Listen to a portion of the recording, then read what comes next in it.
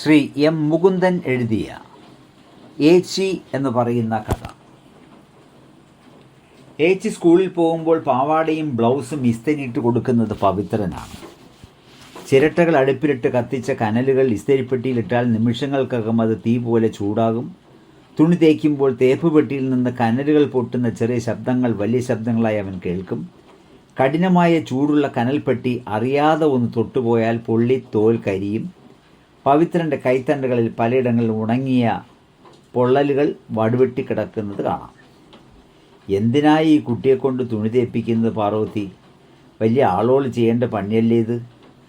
വളർത്തിയ കാതുകളിൽ തക്കകളിട്ട അമ്മമ്മ പറയും.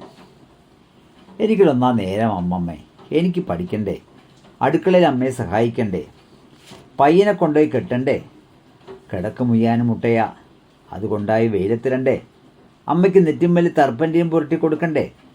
അമ്മയ്ക്കെന്ന് വെച്ചാൽ എപ്പോഴും തലവേദനയാണ്, ആശുപത്രിയിൽ പോയി കാണിക്കണമെന്ന് പറഞ്ഞാൽ അമ്മ കേൾക്കില്ല.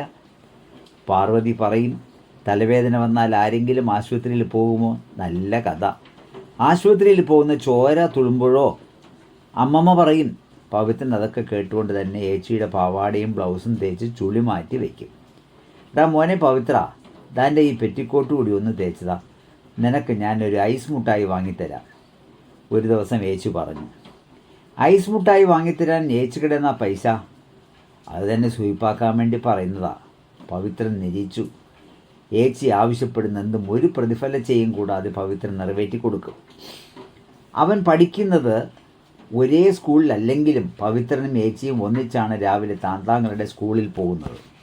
മറ്റെല്ലാ പെൺകുട്ടികളെയും പോലെ ഏച്ചി ബുക്കുകളും നോട്ട്ബുക്കുകളും നെഞ്ചോട് ചേർത്ത് പിടിച്ചുകൊണ്ടാണ് നടക്കുക. കുമ്പിടുന്ന നെഞ്ചിനെ കാഴ്ചക്കാരുടെ നോട്ടത്തിൽ നിന്ന് മറച്ചു പിടിക്കുക എന്ന ഉദ്ദേശം കൂടി അതിനുണ്ടായിരുന്നു. ഏച്ചി മടമ്പു തൊടുന്ന പാവാടയും ചുമലിൽ ചുരുക്കുകളുമുള്ള ബ്ലൗസുമാണ് ധരിക്കുക. അവൻ മുട്ടു തൊടാത്ത ഡൗസറും മുറിക്കയും ഷർട്ടുമാണ് ധരിക്കുക. രണ്ടുപേർക്കും കാലിൽ ചെരുപ്പില്ല. പണക്കാരുടെയും തറവാട്ടുകാരുടെയും മക്കൾ മാത്രമാണ് ചെരുപ്പിട്ട് നടക്കുന്നത്. ഏച്ചിയുടെ ക്ലാസ്സിൽ 2 പെൺകുട്ടികൾ മാത്രമാണ് ചെരുപ്പിട്ട് വരുന്നത്. അവൻ്റെ ക്ലാസ്സിൽ ആരും ചെരുപ്പിട്ട് വരുന്നില്ല. ഏച്ചി ഇരുവശങ്ങളിലും മിടഞ്ഞിട്ട് തലമുടി ചുവന്ന റിബൺ കൊണ്ട് കെട്ടിവെച്ചിരിക്കും. ചുവന്ന ചാന്തുപൊട്ടാണ് നെറ്റിൽ തൊടുക. ചാന്തുപൊട്ടും കൺമഷിയും പല നിറങ്ങളിലുള്ള റിബണുകളും അരയിൽ കെട്ടാനുള്ള കറുപ്പും ചുവപ്പും നിറങ്ങളുള്ള ചരടുകളും പരദേശികളായ ഒരു കച്ചവടക്കാരൻ വീട് തോടും കയറി ഇറങ്ങി വിൽക്കും. ഹിന്ദു കുട്ടികൾ അരയിൽ കറുത്ത ചരടാണ് കെട്ടുക, മാപ്പിളക്കുട്ടികൾ ചുവന്ന ചരടും. പരദേശി കച്ചവടക്കാരൻ കോലായിൽ ഇരുന്ന് ഉപ്പിട്ട കഞ്ഞിവെള്ളം വാങ്ങിക്കുടിക്കും. നടന്നെൻ്റെ കാല് രണ്ടും തേഞ്ഞു പെങ്ങളെ, ആയിരിക്കും വേണ്ട കൺമഷിയും ചാന്തുപൊട്ടും ഒന്നും ആരുടെ കയ്യിലും കാശില്ല, എന്തൊരു ലാച്ചാറ് പിടിച്ച കാലാ ഇത്, പരദേശി പറയും. അമ്മയോട് അയാൾക്ക് അമ്മയെക്കാളും പ്രായമുണ്ടായിരുന്നു. ചിലപ്പോൾ തോന്നും ഈ കച്ചവടം അങ്ങ് നിർത്തിപ്പിടിച്ച് പറിക്കാനോ കക്കാനോ പോകുന്നതാണ് നല്ലതെന്ന്. കുരിപ്പേ, ഈശ്വരന് നിരക്കാത്തൊന്നും പറയരുത്, അമ്മമ്മ താക്കീ നൽകും. പരദേശിയുടെ കയ്യിൽ നിന്നും വാങ്ങിയ ചുവന്ന ചാന്തുപൊട്ട് തൊട്ട് പുസ്തകങ്ങൾ മാറോട് ചേർത്ത് പിടിച്ച് അനിയൻ്റെ കൂടെ സ്കൂളിലേക്ക് നടക്കുന്ന അവൻ്റെ ഏച്ചി അപ്രതീക്ഷിതമായി സ്വരം താഴ്ത്തി ഒരു മാടപ്രാവ് കുറുകുന്നത് പോലെ പറഞ്ഞു. എടാ, ഞാനിന്ന് സ്കൂളിൽ പോകുന്നില്ല. സ്കൂളിലേക്ക് പുറപ്പെട്ട ഏച്ചി സ്കൂളിൽ പോകുന്നില്ലെന്ന് പറഞ്ഞത് കേട്ട് അവൻ അതിൻ്റെ അർത്ഥം പിടികിട്ടിയില്ല. അവൻ മനസ്സിലാകാതെ ഏച്ചിയോട് ഒരു കുഞ്ഞ് ദുർബലമായി ചുമയ്ക്കുന്നത് പോലെ ചോദിച്ചു, ഈ പുസ്തകങ്ങളെടുത്ത് ഏച്ചി പിന്നെ എവിടെയാണ് പോകുന്നത്? ഞാൻ ജാഥയ്ക്ക് പോവുക, അവൾ പറഞ്ഞു. ഏച്ചി സിന്ദാബാദ് വിളിക്കാൻ പോവുക? അവൻ ആശ്ചര്യത്തോട് നിരക്കി. സിന്ദാബാദ് വിളിക്കാൻ പോകുകയെന്ന് വെച്ചാൽ അതിൻ്റെ അർത്ഥം എന്താണെന്ന് നിനക്കറിയോ? അതിൻ്റെ അർത്ഥം വിപ്ലവം ജയിക്കട്ടെ എന്നാണ്. എന്നിട്ട് അവൾ തുടർന്നു. വിപ്ലവം ജയിച്ചാലേ വിശക്കുന്നവന് കഞ്ഞിയും കിടക്കാൻ പെരയില്ലാത്തവർക്ക് പൊരയും കിട്ടും. അത് കേട്ട് ആവേശത്തോടെ ബാലനായ അവൻ പറഞ്ഞു, എന്നാലും ഞാനും വരുന്നു ജാഥയ്ക്ക്, ഞാനും വരുന്നു സിന്ദാബാദ് വിളിക്കാൻ. അവൻ പറഞ്ഞത് കേട്ട് അവൾ ഉള്ളാലെ സന്തോഷിച്ചെങ്കിലും ആ സന്തോഷം മറച്ചു വെച്ചുകൊണ്ട് അവൾ മധുരമായി പറഞ്ഞു, അപ്പോൾ നമ്മളെ ബുക്ക് കെട്ടിയാൽ വയ്ക്കുമോ? നീ വരണ്ട, നീ എൻ്റെ ബുക്ക് സൂക്ഷിച്ച് വയ്ക്കുക. വൈകുന്നേരം സ്കൂളിൽ ബെല്ലടിക്കുമ്പോഴേക്കും ഞാൻ വരും. നീ എൻ്റെ ബുക്കും കൊണ്ട് എൻ്റെ സ്കൂളിന് പുറത്ത് ആ കൊന്നമരമില്ലേ, അതിൻ്റെ ചോട്ടിൽ നിൽക്കണം. അതിനവൻ തയ്യാറാണ്. പക്ഷെങ്കിൽ അതുവരെ ഏച്ചിയുടെ പുസ്തകങ്ങൾ അവൻ എവിടെ സൂക്ഷിക്കും? ആ പുസ്തകങ്ങളുമായി അവൻ എങ്ങനെ ക്ലാസ്സിൽ ചെന്നിരിക്കും? അവൻ അങ്ങനെ ആലോചിച്ച് നിൽക്കുമ്പോൾ മുൻവശം ചെങ്കൊടികൾ കുത്തിയ ഒരു ജീപ്പ് ആ വഴി വന്നു. അതിൽ നിന്ന് തിരകൾ പാറക്കൂട്ടങ്ങൾ വന്ന് അലക്കുന്നത് പോലെ മുദ്രാവാക്യങ്ങൾ മുഴങ്ങിക്കൊണ്ടിരുന്നു.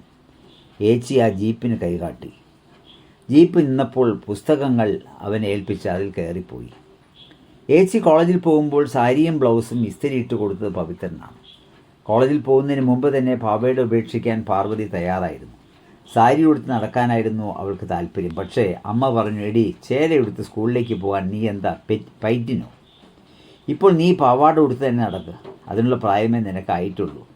ഓള് ചേല എടുത്തോട്ടെ ലക്ഷ്മി, മുലയും തലയും വന്ന പെണ്ണല്ലേ, പെണ്ണുങ്ങൾക്ക് ചേലയാ നല്ലത്, അതിൻ്റെ അടക്കവും ഒതുക്കവും ഉണ്ട്, അമ്മമ്മ പറഞ്ഞു. അമ്മയ്ക്ക് ഓർമ്മല്ലേ, എൻ്റെ കല്യാണം കഴിഞ്ഞപ്പോഴാണ് ഞാൻ സ്ഥിരമായി ചേല ഉടുക്കാൻ തുടങ്ങിയത്. അതുവരെ വീട്ടിൽ പാവാട ഉടുത്താൽ ഞാൻ നടന്നത്. എന്നെ പെണ്ണ് കാണാൻ ഇച്ചക്കൻ്റെ അച്ഛൻ വരുമ്പോൾ ഞാൻ പാവാട എടുത്ത് പയ്യന് പുണ്ണാക്ക് കലക്കി കൊടുക്കുമായിരുന്നു.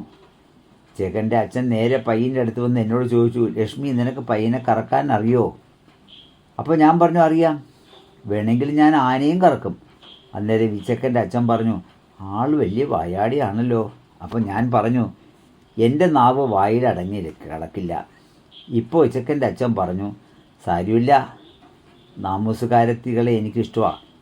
എന്നും ഞായറാഴ്ചയും കോളേജില്ലാത്ത മറ്റു ദിവസങ്ങളിലും ഏച്ചി ലൈബ്രറിയിൽ ബുക്ക് എടുക്കാൻ പോകുമ്പോൾ അവനും കൂടെ പോകും. സഖാവ് P Krishna Pillai library and reading room എന്നായിരുന്നു ലൈബ്രറിയുടെ പേര്. അവിടെ 6 അലമാരകൾ നിറയെ പുസ്തകങ്ങളുണ്ടായിരുന്നു. അത് ചങ്ങമ്പുഴയുടെ രമണൻ കണ്ണിൽ തടഞ്ഞപ്പോൾ അവൻ പറഞ്ഞു, അയ്യോ ഏച്ചി, എനിക്ക് ഈ ബുക്ക് വായിക്കണം. അവൻ മെമ്പറായിരുന്നില്ല. മെമ്പറായ ഏച്ചിക്ക് ഒരേ സമയം 2 പുസ്തകങ്ങളും 2 വീക്കിലുകൾ മാത്രമേ എടുക്കാൻ പാടുള്ളൂ. ഏച്ചിക്കിഷ്ടം തകഴിയുടെയും കേശവദേവിൻ്റെയും നോവലുകളും കഥകളുമാണ്. എടാ, ഇന്നത്തെ പ്രാവശ്യം നീ രമണൻ എടുത്തോ, പക്ഷേങ്കിൽ തൂങ്ങി മരിക്കുന്നതാ ഭീരത്വമാണ്. ഇന്ന് എനിക്കിതാ ഈ 2 പുസ്തകങ്ങൾ വേണം, ഏച്ചി പറഞ്ഞു. അവരുടെ കയ്യിൽ SK പൊറ്റക്കാടിൻ്റെ ഉറൂബിൻ്റെ 2 ബുക്കുകളുണ്ടായിരുന്നു. ഇന്നത്തെ പ്രാവശ്യം എന്തായിരുന്നാൽ ഞാൻ രമണൻ എടുക്കും, എനിക്കത് വായിക്കണം. അത് നല്ല ബുക്കാണെന്ന് ആ രമണി ടീച്ചർ പറഞ്ഞത്. അവൻ പറഞ്ഞു, രമണൻ എടുക്കാൻ കഴിയാത്തതിൽ അവൻ വലിയ നിരാശ തോന്നി. അത് ഏച്ചിക്ക് മനസ്സിലായി. എടാ, രമണനല്ല, തോട്ടിയുടെ മകനും ഓടയിൽ നിന്നും പോലുള്ള ബുക്കുകളാണ് നമ്മൾ വായിക്കേണ്ടത്, ഏച്ചി പറഞ്ഞു. രമണി ടീച്ചറും പറഞ്ഞു. ടീച്ചർ രമണൻ വായിച്ചിട്ട് ദിവസം മുഴുവൻ ഇരുന്ന് കരഞ്ഞു. എടാ, കരയാൻ വേണ്ടി ആരും പുസ്തകം വായിക്കരുത്. പോരാടാനും സമരം ചെയ്യാനും വേണ്ടിയാണ് നമ്മൾ പുസ്തകങ്ങൾ വായിക്കുന്നത്. ഏച്ചി, എല്ലാ മനുഷ്യന്മാരും പ്രേമിക്കുമോ? അവൻ ചോദിച്ചു. ഇല്ലടാ, മടിയന്മാരും മടിച്ചുകളുമാണ് പ്രേമിക്കുന്നത്. ഉശിരുള്ള ആളുകൾ പട്ടിണിയും ചൂഷണവും ഇല്ലാതാക്കാൻ വേണ്ടി സമരം ചെയ്യും. വേണമെങ്കിൽ തൂക്കുമരം കയറും. എടാ ചെക്ക, തൂങ്ങി മരിക്കുന്ന ഭീരുത്വമാണ്, നെഞ്ചിൽ വെടിയേറ്റ് മരിക്കുന്ന ആണത്തം, ഏച്ചി പറഞ്ഞു. അപ്പോൾ അവൻ ചോദിച്ചു, ഏച്ചി, പെണ്ണുങ്ങൾ എന്താ നെഞ്ചിൽ വെടിയേറ്റ് മരിക്കാത്തത്? അപ്പോൾ ഏച്ചി ഒരു നിമിഷം മൗനം പാലിച്ചു.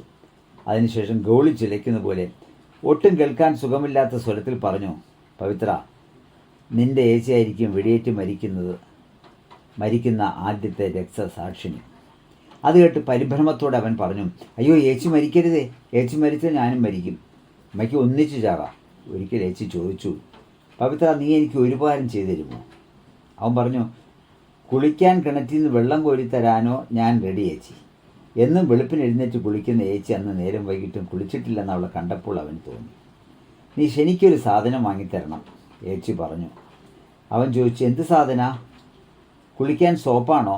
ലൈഫ് ബോയ് സോപ്പ് തേച്ചാണ് ഏച്ചി കുളിക്കുക. അവനിഷ്ടം നല്ല വാസനയുള്ള റെക്സോണ സോപ്പ് തേച്ച് കുളിക്കാനാ പവിത്ര. ആ ജൂബിലി മെഡിക്കൽ പോയി ഏച്ചിക്ക് ഒരു പാഡ് വാങ്ങിത്താ, ഏച്ചി പറഞ്ഞു. എന്തു പാഡ്? പൊട്ടനെ പോലെ അവൻ ചോദിച്ചു.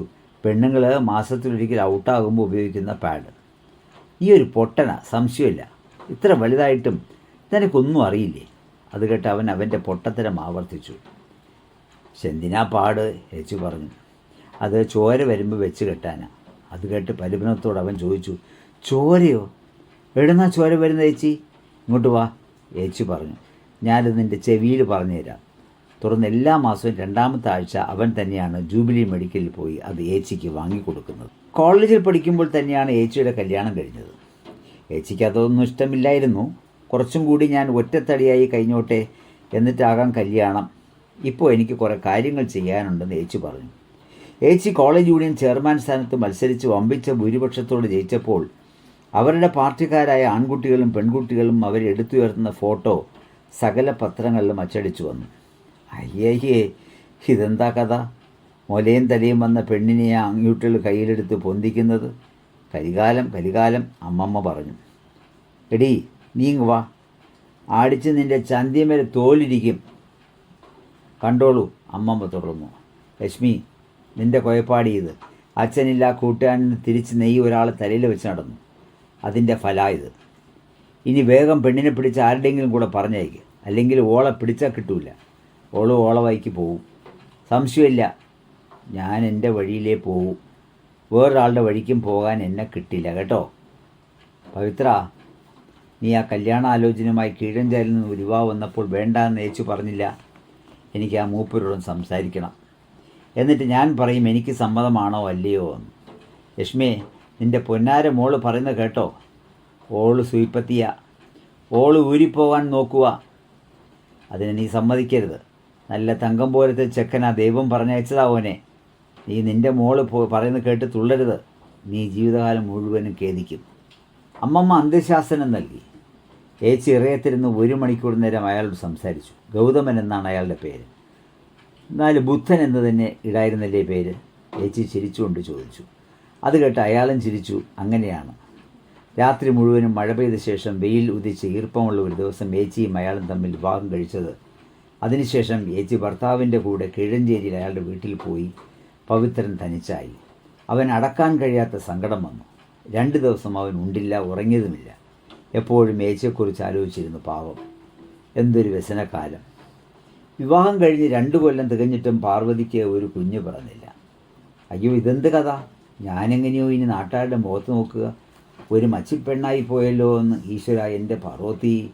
അയ്യോ, അമ്മമ്മ വിലപിക്കുകയും നാട്ടിലെ മുഴുവൻ ഈശ്വരന്മാർക്കും ഈശ്വരച്ചികൾക്കും വഴിപാടുകൾ നേരുകയും ചെയ്തു. അമ്മ ഒന്ന് വായടക്കിയിരിക്കുക. പെറേണ്ട സമയമാകുമ്പോൾ ഓളങ്ങ് പെറും. നല്ല തങ്കം പോലെ താങ്കൂട്ടി തൻ്റെ തവള് പെറും. ഓൻ വലുതായി ഡോക്ടറാകും. വയസ്സായി ഞാൻ ചാകാൻ കിടക്കുമ്പോൾ എൻ്റെ എഞ്ചിൽ കൊയൽ വെച്ച് നോക്കി എനിക്ക് സൂചി കുത്തുക, അമ്മ പറഞ്ഞു. എടി ലക്ഷ്മി, നാട്ടുകാർ പറയുന്നത് പാർവതിയും ഓളെ ഒന്നും കമ്മ്യൂണിസ്റ്റ് എന്നാ. കമ്മ്യൂണിസ്റ്റുകാർക്ക് ദൈവകോപം ഉണ്ടാകും. അതുകൊണ്ടാണ് ഓള് പറഞ്ഞത് ഓള് പെറാത്തത്. അമ്മ പറഞ്ഞു. നല്ല കഥ. അപ്പോൾ EMSനും AKGക്ക് എങ്ങനെയാണ് മക്കളുണ്ടായത്?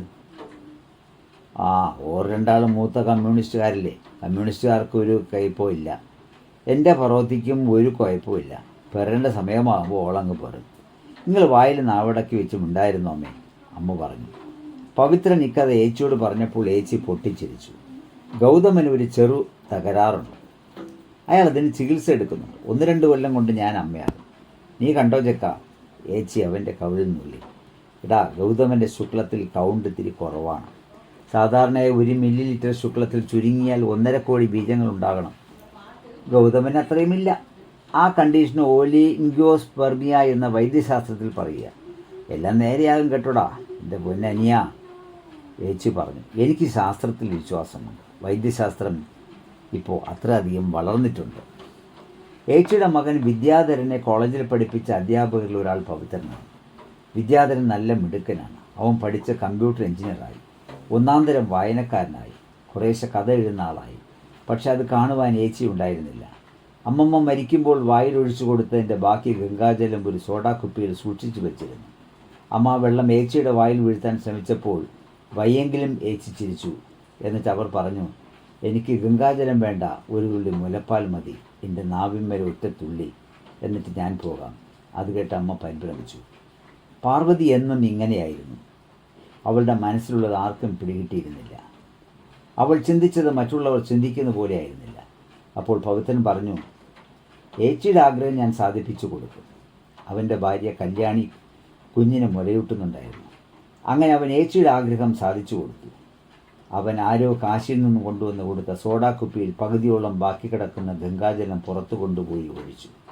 അത് മണ്ണിലേക്ക് താണുപോകാതെ തളം കെട്ടിക്കിടന്നു. മണ്ണിനും വേണ്ടായിരുന്നു അത്.